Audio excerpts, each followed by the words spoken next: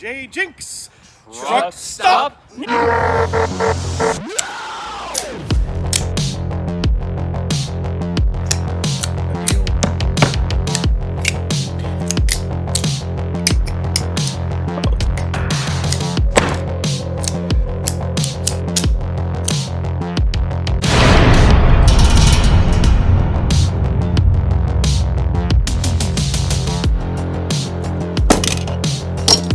It's been a rough week again. Very challenging. Well, I'm going to begin by talking about the Dollar Tree camping knife, which I probably spent the most time carrying over this one because I really wanted it to work for me. It didn't. Well, to begin, the grittiness went away a little bit, so there's that. The rust is still there. I tried the pocket clip. It did not work for me at all. Like, to slip it over the material of the jean pocket, it just kind of stayed splayed up like that. And it didn't get very deep, and it was like really annoying.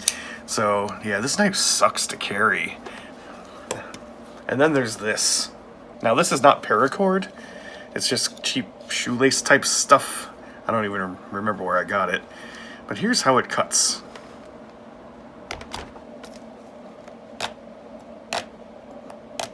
Yeah, getting there. Now, for comparison, this is a Frost Cutlery Proto Eagle Eye from the 90s, which is actually kind of hard to find. I jumped on eBay to try to find another one because I was interested in collecting more. They're not on there. So I'm glad I got this one I did. And I cleaned it up and sharpened it, and bam, there you go. That's what this knife can't do. Now, I did manage to cut tape with it, and even that was a chore. You couldn't, like, slice into the tape. You had to stab the tip down into it, and then kind of drag it across, and it's like...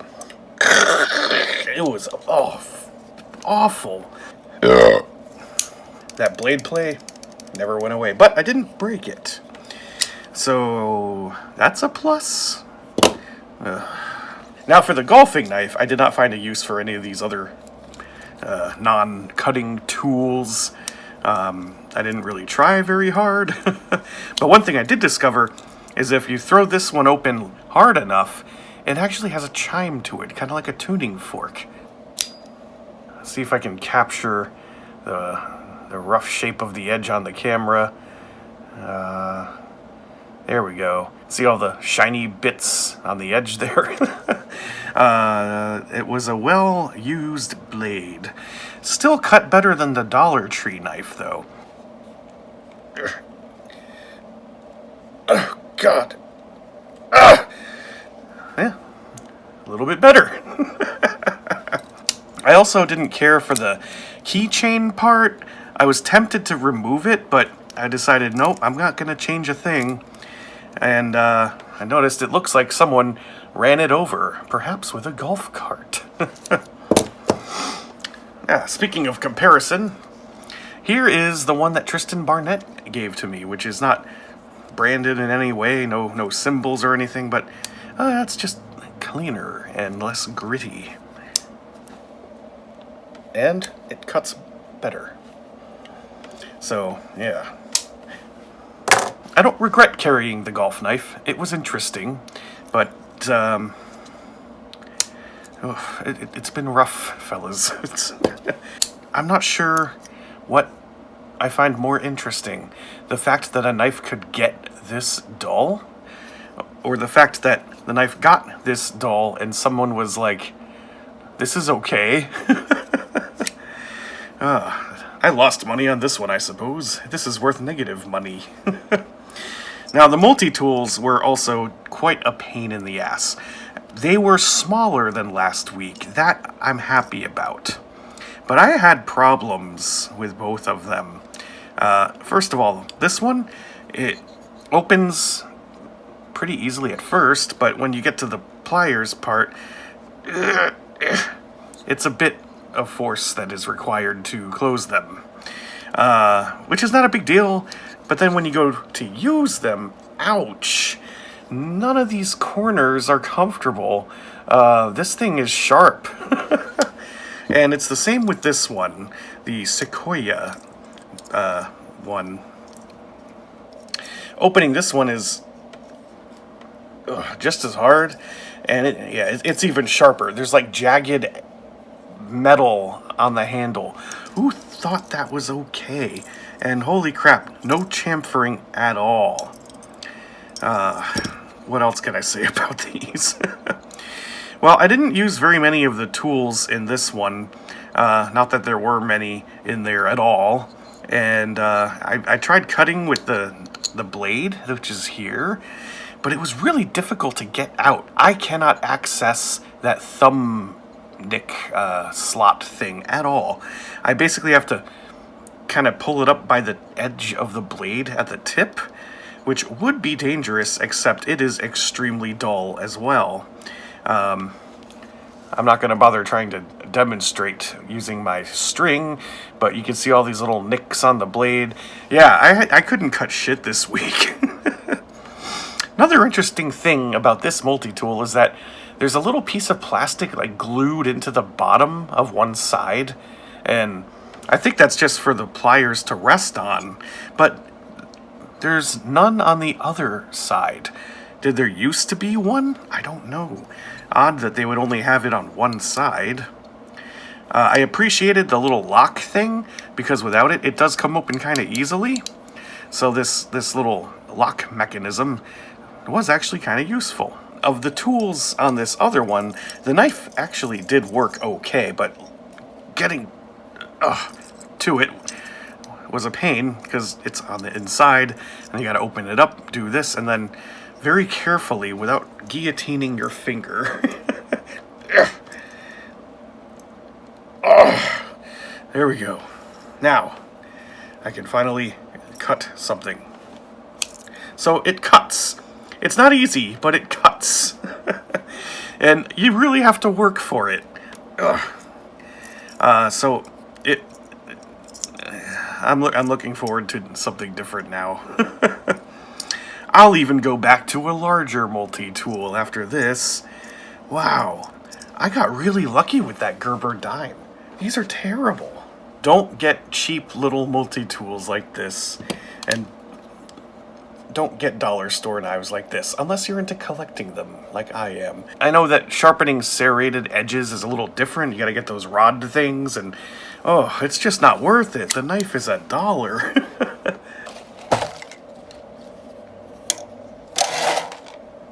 That's where that goes. Yeah, you're all retired. Get out. I kind of miss my tack force knife. Okay. Here we go again. Can you tell this is wearing down on me? Something a little bit decent? Question mark? Oh, okay. I sort of recognize this design. I think this isn't... What? Ozark trail knife that's already falling apart. What the hell? There's a missing screw here and here, so the frame of it is that's not good. Oh, interesting. There's no branding on this. Okay, so it's not an Ozark trail knife, but it is kind of similar to one.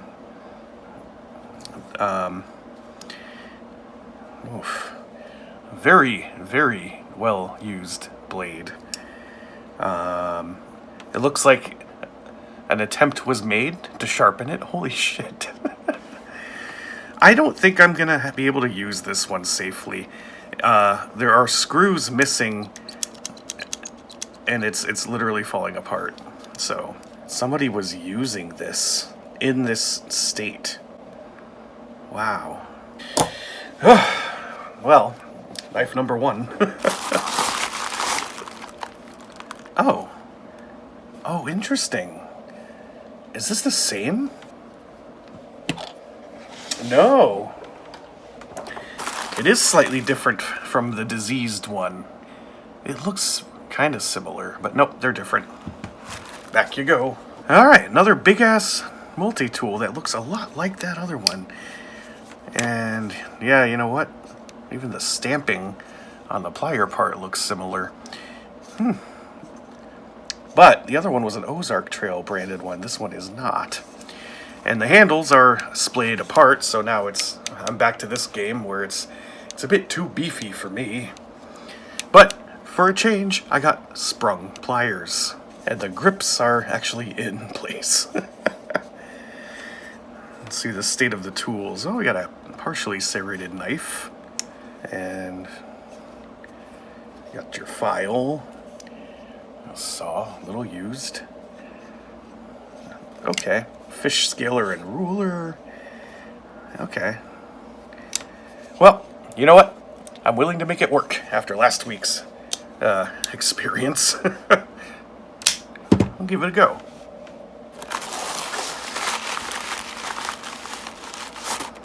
Oh my goodness. It's sort of an SD Classic knockoff, but it has the look of the Dollar Tree Swiss Army knife with like the black rubbery chevron things. Got a little pen blade, the file, and the scissors, and that's it. Oh, we have writing on the brushed aluminum scale. The strong, courageous,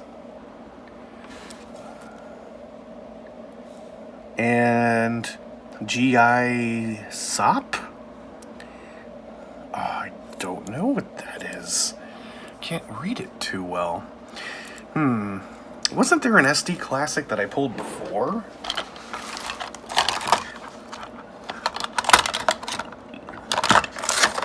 Yeah, there was.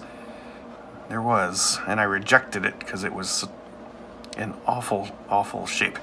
Well, I might or might not reject that one. There's not much else in here. You know what? I'm kind of tempted.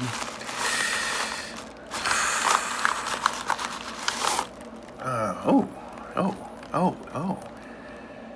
You know what? This is interesting. So this reminds me of like one of them old Art Deco designed ones, and there's actually what looks like initials etched into this one. RMR. Huh.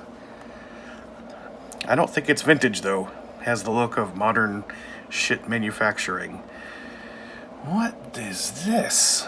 Is the no, this isn't sharp at all. Is this like you're supposed to sharpen it yourself? We saw one like this before. Well, now we have a sharpened blade. Well, maybe it's sharp. Oh, okay. Well, those two are on that side. And then we got scissors, which has a brass pin. Huh. And then file. Well, Mr. or Mrs. RMR, I will carry your knife for a week. How about that? In which case, I will reject this one, because it's almost the same, but this one's more interesting. Alright, so now I need one more multi-tool. You know what? There's only two things in here. I think I'm just going to pull them both. Yeah. Whoa! Okay. Now we're cooking with gas. Okay, I'm going to reject this one because it's not complete. It's dangerous. I'm going to reject this one because it's kind of boring, and it's an SD Classic clone, and this one's more interesting. And now we have a Winchester Trapper. All right, now we are talking. It's got some scratches on the blade, the spade blade. Even more scratches on the clip point blade. Check that out. A little bit of play. I've come to expect that with knives from these things.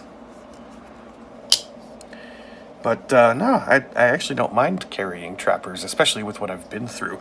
I deserve this. As for the other multi-tool, it says Electro Impact. And the scales look very white, but they're actually a little bit gray. I don't know if that's a company or a brand. Wow. That opens very easily. It just says stainless steel. It is beefy, but not as bad. Like, I think I can deal with this. It looks pretty clean. I don't think this was very well used. Yeah, I'm seeing signs that, yeah, actually some of these tools were used, but they're actually kind of easy to pull out for a change. Got the saw, got the file and the can opener, and okay. And it closes pretty easily too. Well, I think I'm in good shape for my final week. I didn't expect for it to only last 3 weeks. I know at first I was like, this is going to go on for months. Didn't really think about the fact that these things weigh a ton, relatively speaking. So I think maybe the next time I do this, I'm just going to get pocket knives only and leave the multi-tools out of it. But yeah, so I got one more week of this. Even this wood thing is loose. Holy, I'm just amazed at how bad this is. Well, I might as well test to see if it cuts. Oh, it actually did. I'm kind of surprised. This hack job made it look like it wouldn't. I think they even sharpened up the swedge a little bit. Interesting. Well, Winchester Trapper, RMR Faux Vintage, and a couple more big-ass multi-tools. Thank you, TSA.